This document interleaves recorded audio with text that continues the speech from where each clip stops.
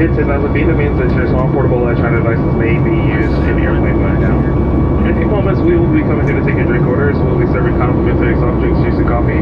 Premium selections, including alcohol, are also available for purchase with a valid drink coupon. There is a beverage menu in your seatback pocket, or you may go to the Southwest beverage menu on the in-flight entertainment portal at southwestwifi.com where these options are displayed.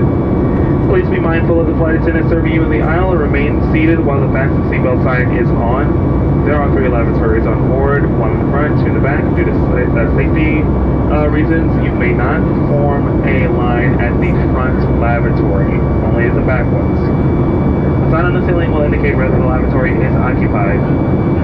Your safety will always be our #1 priority, so please don't hesitate to let us know if you have any of the needs that we can take care of. Thank you.